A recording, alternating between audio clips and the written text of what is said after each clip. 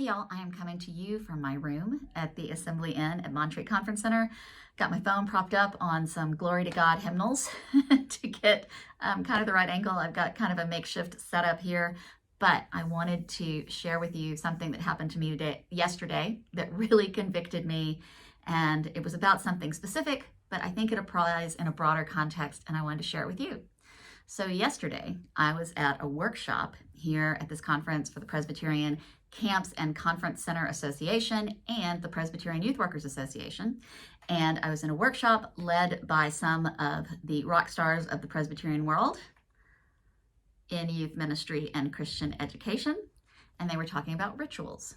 And we came to the ritual of communion, and someone in the group said, I wish we could do something about communion now that we're using those, the little plastic tear open cups there with the wafer on the top and then the juice.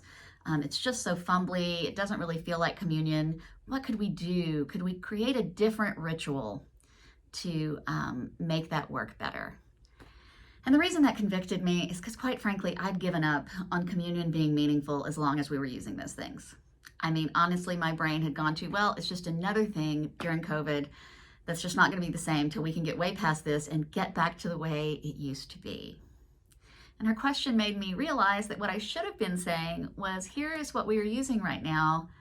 What can we do to make this special, to make this holy, even though we're having to use these frustrating cups that we don't even like?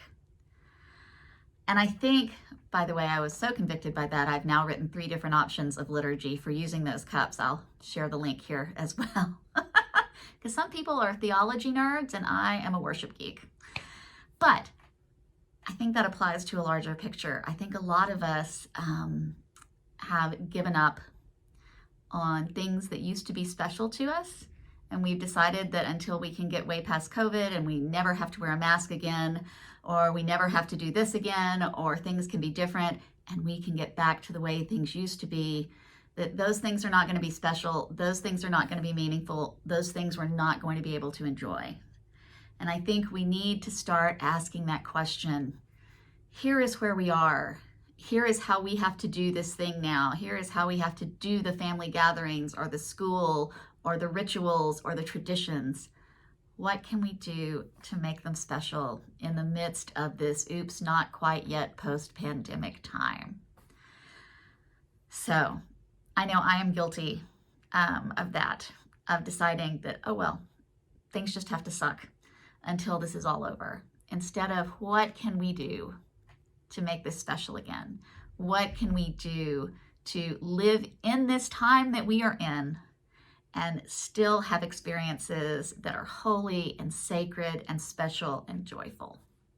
So if you need some communion liturgies, you can check those out. But otherwise, I hope you'll start asking the same question when you come up against something that you feel like is no longer special because of COVID restrictions. And instead of just giving up, ask, what can I do? What can we do to make this holy and special and sacred once again?